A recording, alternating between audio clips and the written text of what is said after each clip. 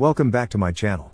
In this short video, I'll show you how to enable the Modbus TCP server on a Schneider M221 series PLC.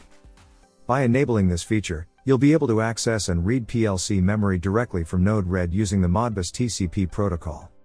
So, if you're working with Schneider PLCs and want to connect them easily to Node-RED, make sure to keep watching. First, in the Machine Expert software, go to the Configuration section. After selecting and configuring the PLC model that you are using, look at the left-hand pane and choose ETH1.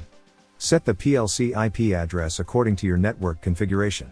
Then, under Security Parameters, make sure to enable Programming Protocol and Modbus Server by checking both options. Next, under ETH1, select Modbus TCP. In the Modbus Mapping section, enable Modbus TCP by checking the Enabled option. For the unit ID, you can leave it at the default value. There's no need to change it.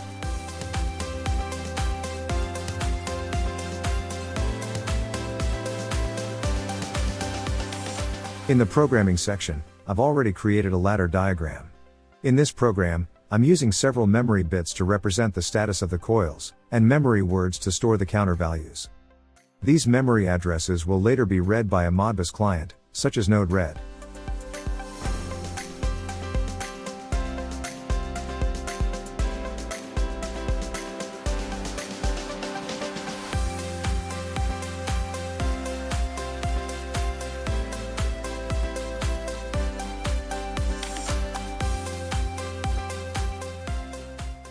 Next, we can transfer the program to the PLC from the commissioning section. For the first connection, I'm using a USB cable to establish communication with the PLC. Once the connection is successful, you can switch to Ethernet for regular operation. After logging into the controller, click the PC to Controller button to transfer the project to the PLC. This process is commonly referred to as downloading the program, and once it's completed, the PLC will start running the updated logic.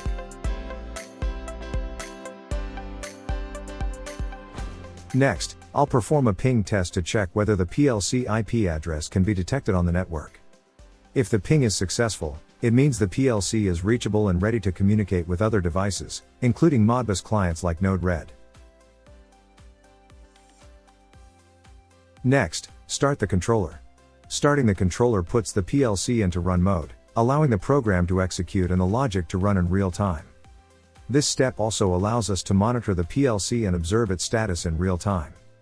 We can see the current condition of the PLC, including the live state of memory bits, and manually force memory values to true or false for testing and debugging purposes.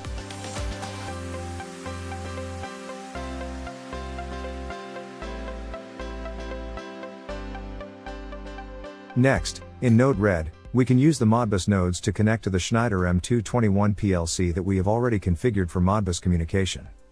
In this example, I'm using two Modbus read nodes. The first one is used to read coil registers, and the second one is used to read holding registers, which contain the counter values. In the server configuration, make sure the IP address matches the IP address of the PLC that we set earlier. This ensures that Node-RED can establish a proper connection to the PLC. After each Modbus read node, I've added a debug node to monitor the output data. This allows us to see the payload values received from the PLC in real time and verify that the data is being read correctly. For the coil registers, you can observe that any change in the PLC memory bits, whether caused by the program logic or by manually forcing the values, will immediately appear in the Node-RED debug panel. This confirms that the Modbus TCP communication is working properly and that the PLC status can be monitored reliably from Node-RED.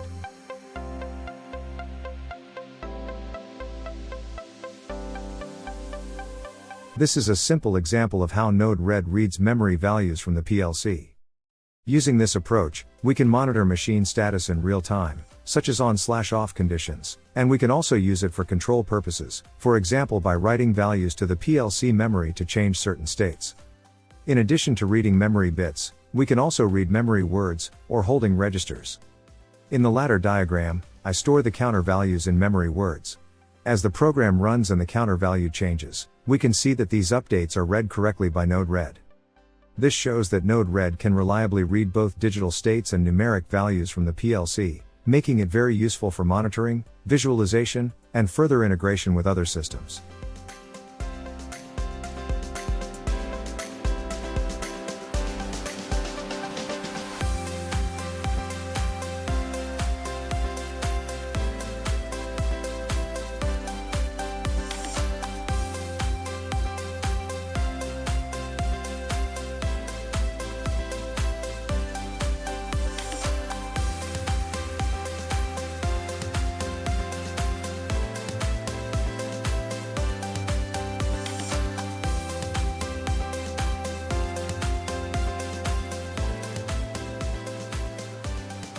That's it for this video.